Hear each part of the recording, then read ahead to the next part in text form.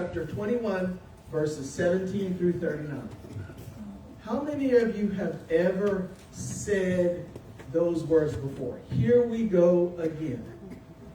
To where something you've already experienced, you're now going through because it's just happening and you can't do anything about it. It can be frustrating, right? We're going to look at what that looks like through the eyes of the Apostle Paul, but also what we can do, how we can respond when we say that phrase, here we go again. For those with kids, as parents, you might say that often. But I want you to think about how much God says that as we, his people, live according to the flesh rather than according to his word. So we're going to look at that in a minute, but just to recap with you, last week we talked about the road less traveled. How Paul, who moved around a lot as he was heading toward Jerusalem, they were encouraging him not to go, and there's even a prophet who came and tied his hands and ankles with a belt and said, this is what's going to happen to you if you go there. But Paul knew he had to continue on that journey. He had to do what God was calling him to do. Paul had to stay the course, even though he knew something difficult and something painful was ahead of him. And so he took the road less traveled. The road that is narrow, the road that is difficult, not that broad and wide road that most people take. And so it was encouraging us to take the road less traveled as believers in Jesus Christ. And so today, we're going to continue as Paul makes his way into Jerusalem. And here he goes again, experiencing some of the same things that he has experienced in the past. And so we're going to read 17 through 39, and then we're going to break that down a little bit. So verse 17, when we arrived at Jerusalem, the brothers received us warmly. The next day, Paul and the rest of us went to see James, and all the elders were present. Paul greeted them and reported in detail what God had done among the Gentiles through his ministry. When they heard this, they praised God. Then they said to Paul, you see, brother, how many thousands of Jews have believed, and all of them are zealous for the law. They have been informed that you teach all the Jews who live among the Gentiles to turn away from Moses, telling them not to circumcise their children or live according to our customs. What shall we do? They will certainly hear that you've come, so do what we tell you. There are 4 men with us who have made a vow. Take these men, join in their purification rites, and pay their expenses, so that they can have their heads shaven. Then everybody will know that there's no truth in these reports about you, but that you yourself are living in obedience to the law. As for the Gentile believers, we have written to them our decision that they should abstain from food sacrificed to idols, from blood, from the meat of strangled animals, and from sexual immorality.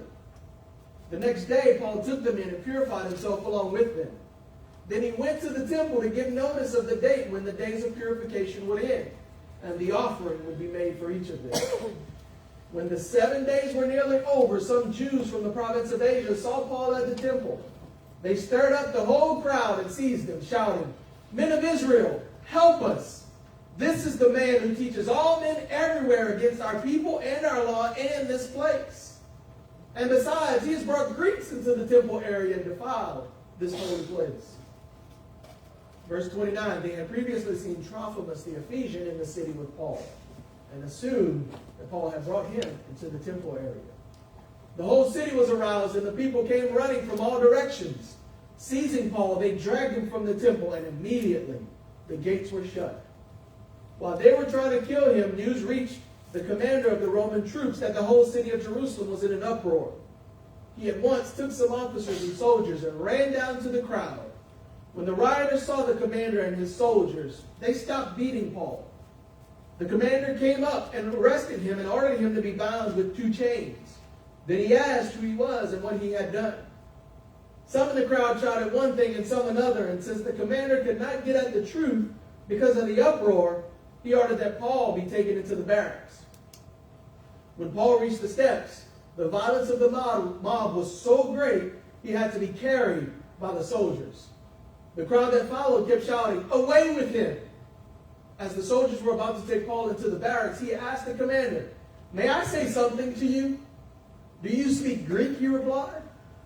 aren't you the Egyptian who started a revolt and led 4,000 terrorists out into the desert some time ago? Paul answered, I am a Jew from Tarsus in Cilicia, a citizen of no ordinary city. Please let me speak to the people. So here we go again. Paul, who enters into Jerusalem, who knows he should be expecting something because he had been warned of what was going to happen to him when he got there. And so the Jews who saw him there knew that he was there, and some people knew one thing and some people knew another, so they needed Paul to do some ritualistic things so that they would be okay with him. And Paul complied.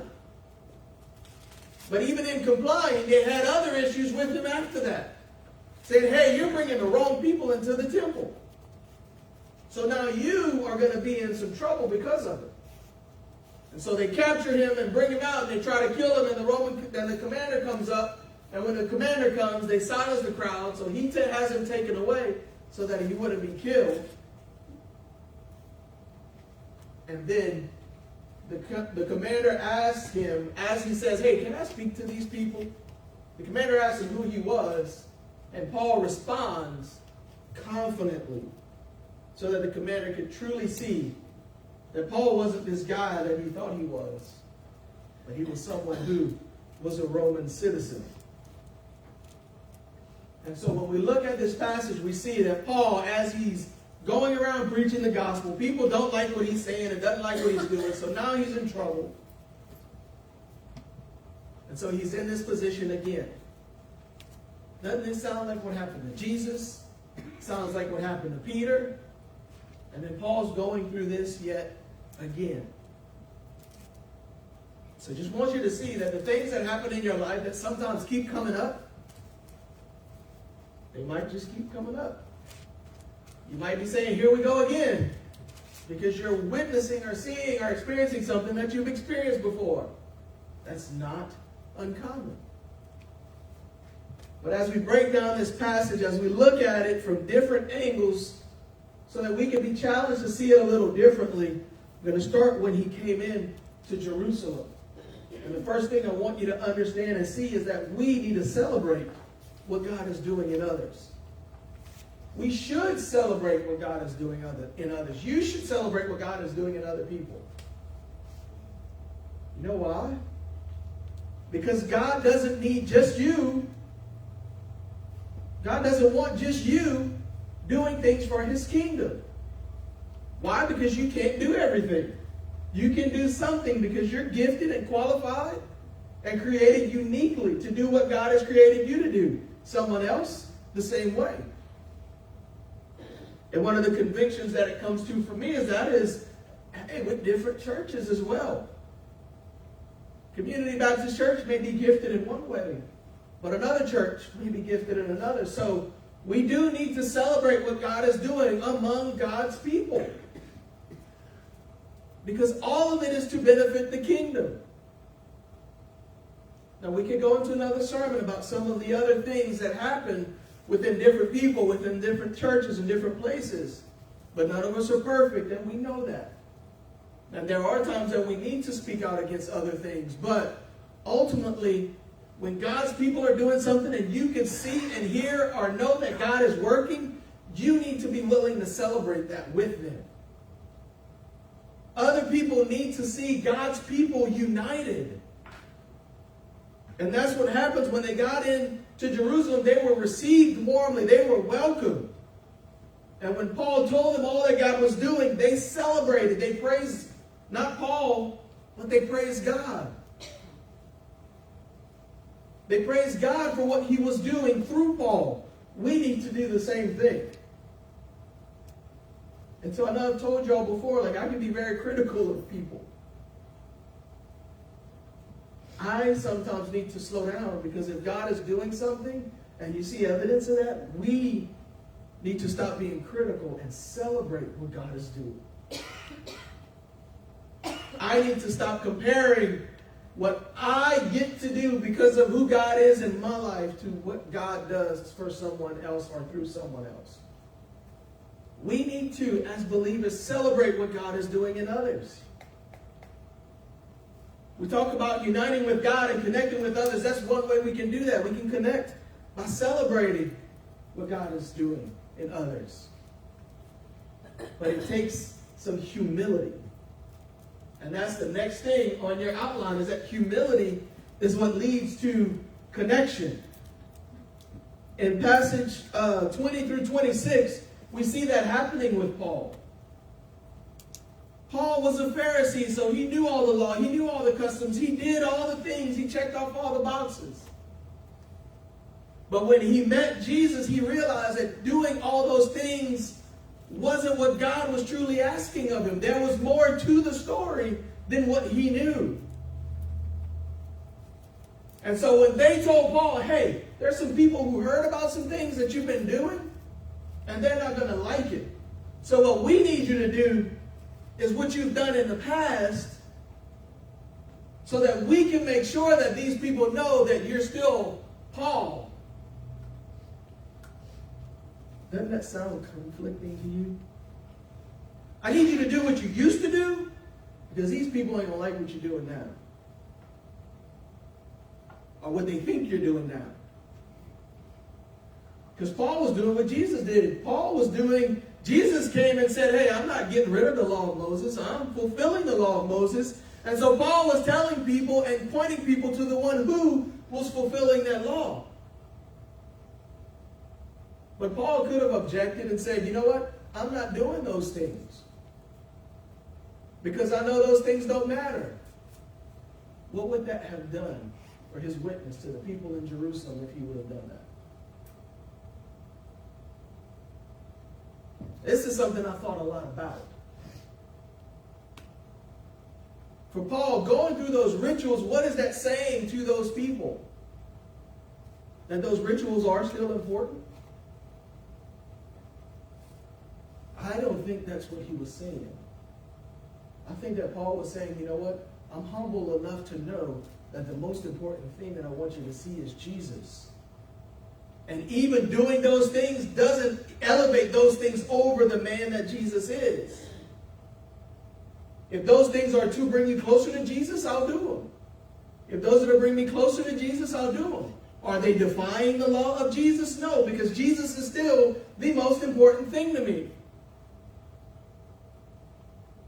So that's how I look at it. Because we can get into the weeds of that. Well, why did he do all those things when he preached against those things after he met Jesus?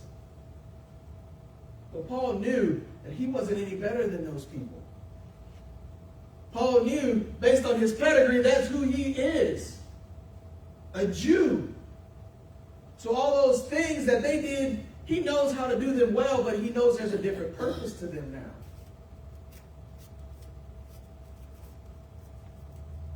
I'm going to say that in this way.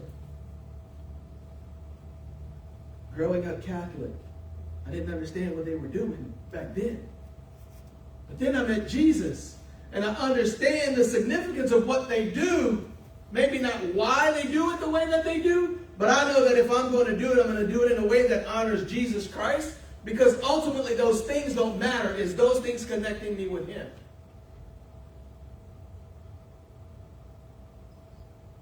I want you to think about that. Because that can be a difficult thing. If I'm going to connect with other people, I have to be humble enough to know that in order for me to connect with them, I have to do something that will allow God to intervene, and then we can move forward from there. For those that have issues with Roman Catholicism, I can connect with people in Roman Catholicism and help them understand how to get closer to God through what they're doing, because I understand it differently now. I can point them to Jesus through what they're doing, because I understand better now what they're doing and didn't truly understand it before I met Jesus. But it takes humility to do that. It takes humility to say, yeah, I don't necessarily agree with that, but here's how you can use that to grow closer to the man who came to save your soul. So that's how I look at it.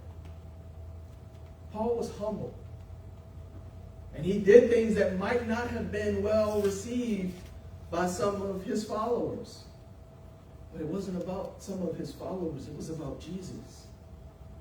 It was about what Paul could do to help them to connect with him so that he could continue to point them to Jesus. Because even everything that they did was supposed to do was point them to who? Jesus. We have to be careful about how we do that. But it takes humility, knowing that we're not better than anybody else. That sometimes it takes us getting a little uncomfortable and going back down a few steps so that we could rise up with other people. See, Paul did that. And here's sometimes what happens when we do the things that some people think we should. Because we know that that is the right thing to do.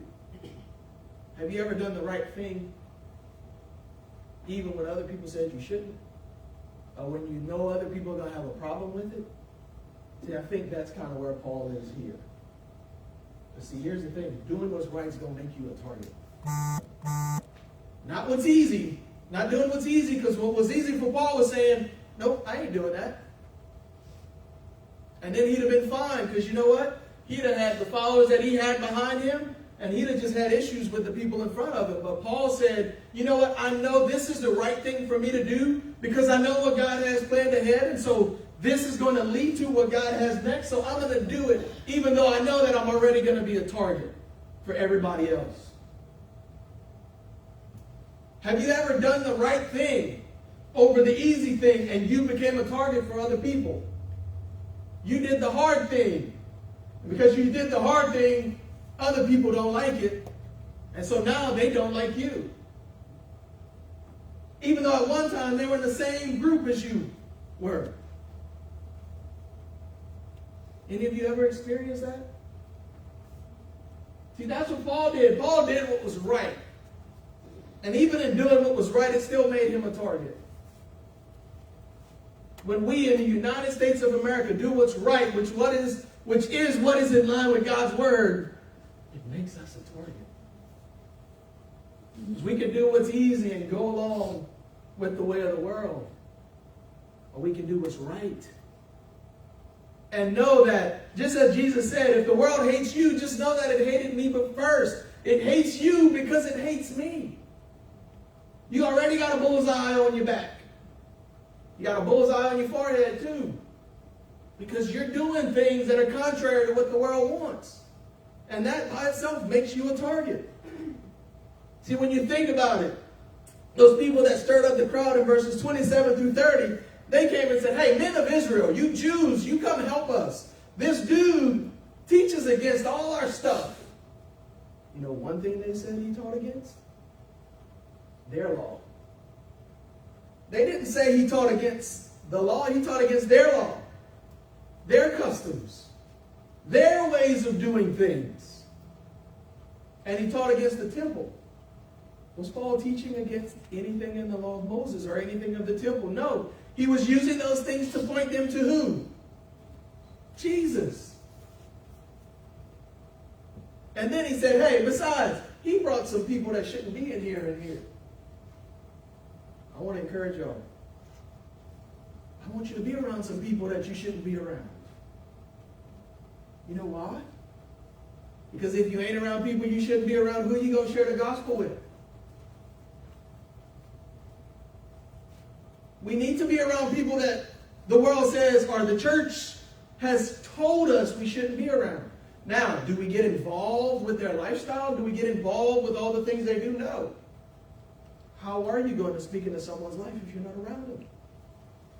How are you going to share the gospel if you're around people who already accepted and know the gospel?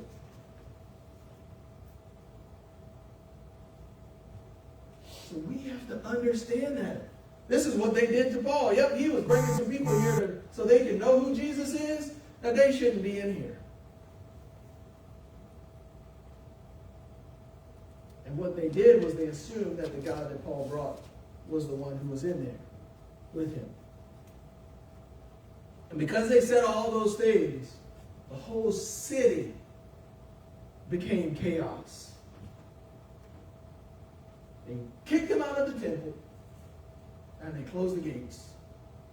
Paul was no longer allowed. Paul, a Pharisee among Pharisees, who met Jesus, who began preaching the gospel of Jesus Christ, was no longer allowed in the place that people were supposed to go to learn and hear about the man Jesus that was to come, the Messiah. Can't bring that stuff in here. Does that sound like a lot of places in our world today? Don't bring that Jesus says deny yourself everything thing in this church. Don't bring that in my house either. Don't tell me Merry Christmas. Because that offends me. I was telling a small group a couple of Thursdays ago, I said, but what if I say saying Happy Holidays offends me? Can you not say that anymore? I know, that's the human side of me coming out there. I just want y'all to know I'm still human. But I think about things like that. If I were to go to a store and they say Happy Holidays, I said, you can't say that to me because that offends me. Because I believe in Jesus. And I say Merry Christmas. I intentionally say Merry Christmas when I go places. I haven't had a problem with it.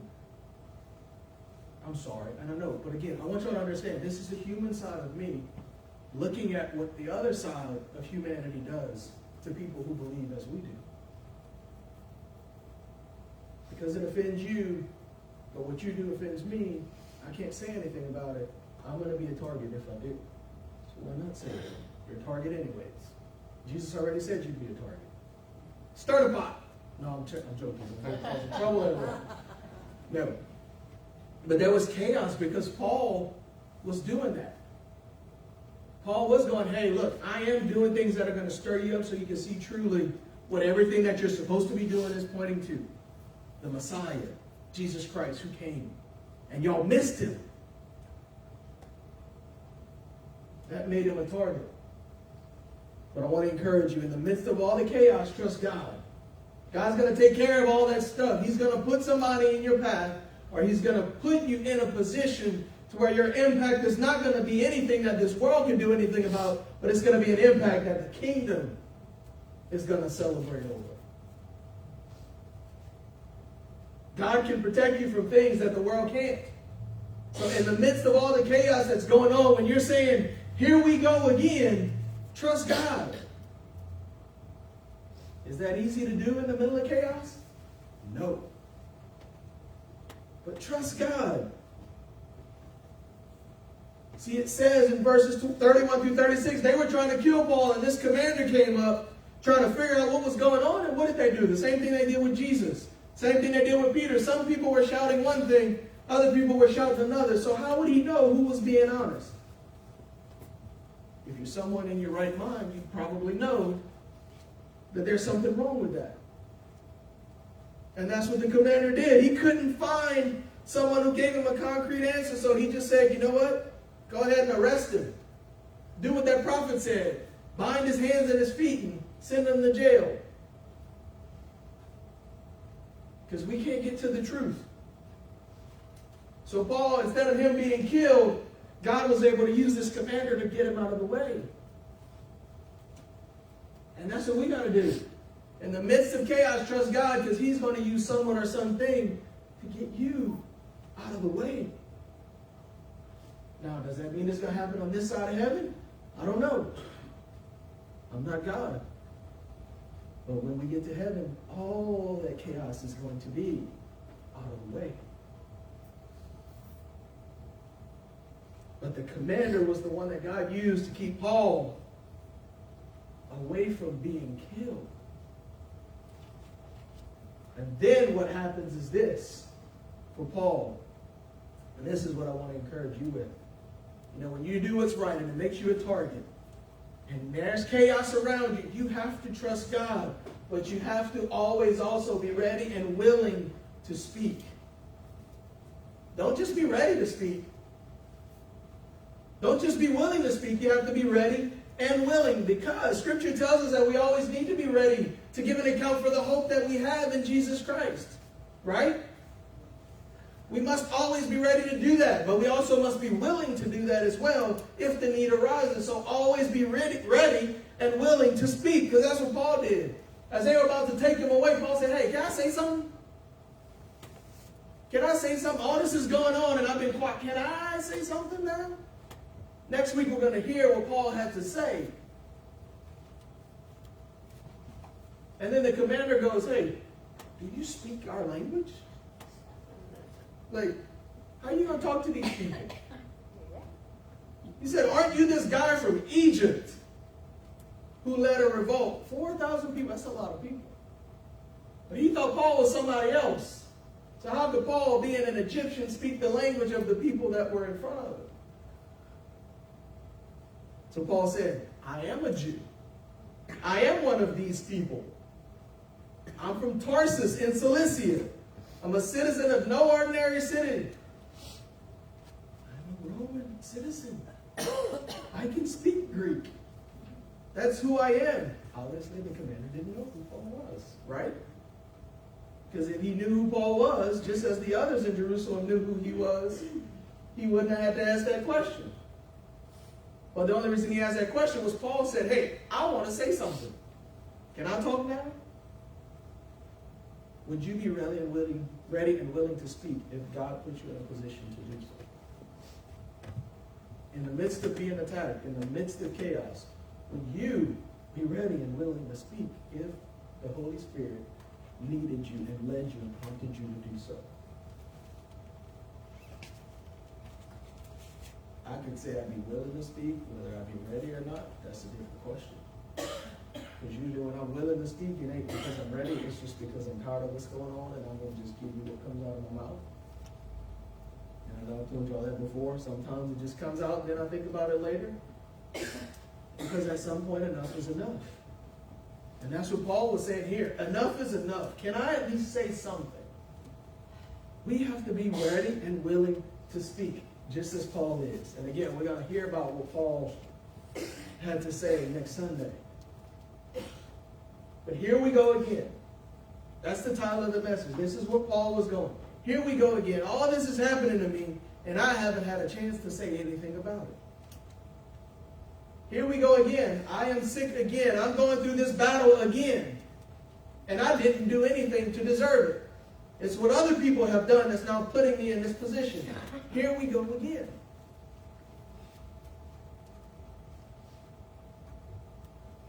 My kids are causing trouble at school. Again.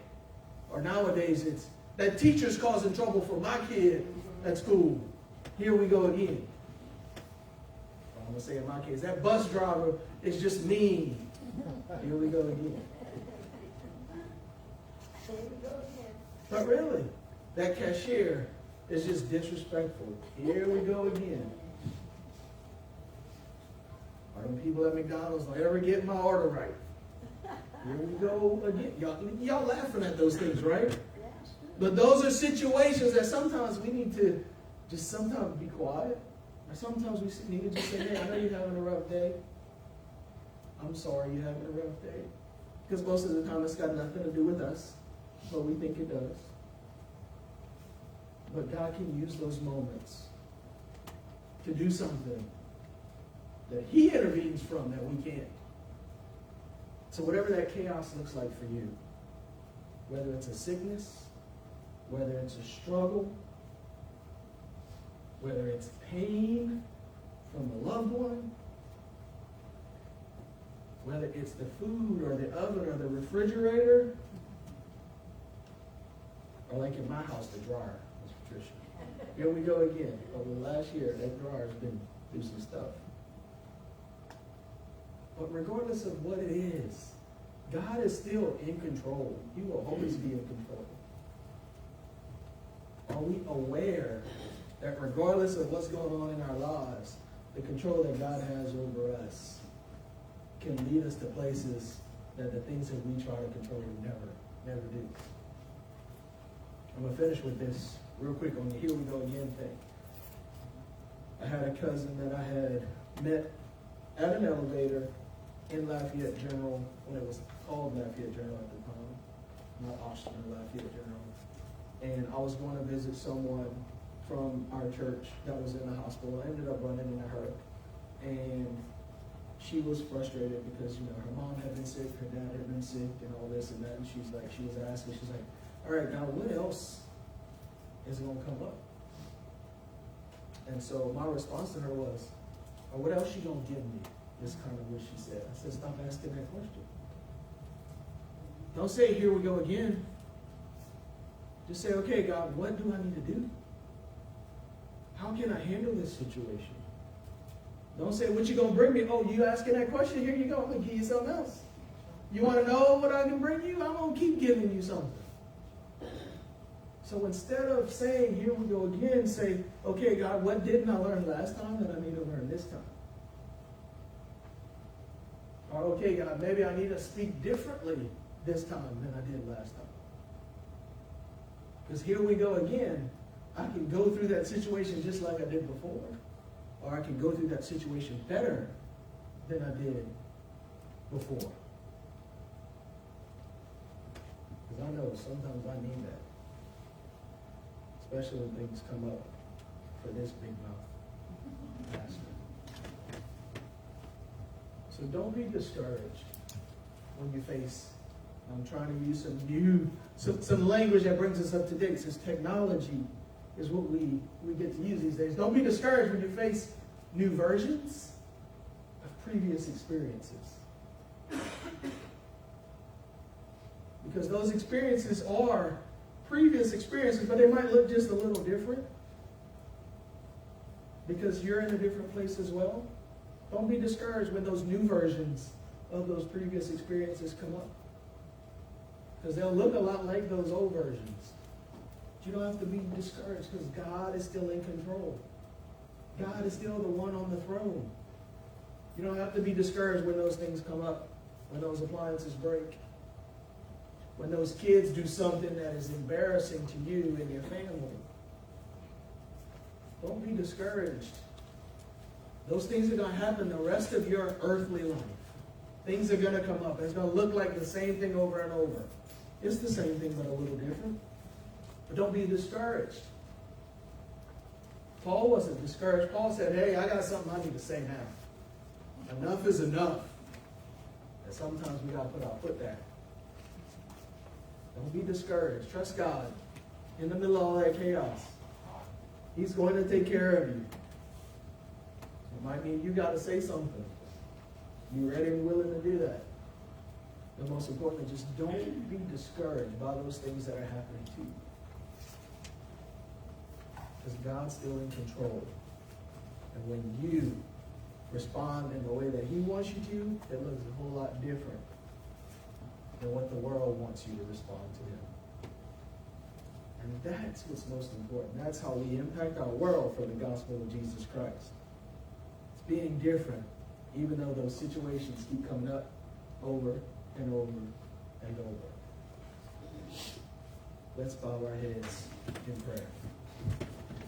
Lord, we thank you for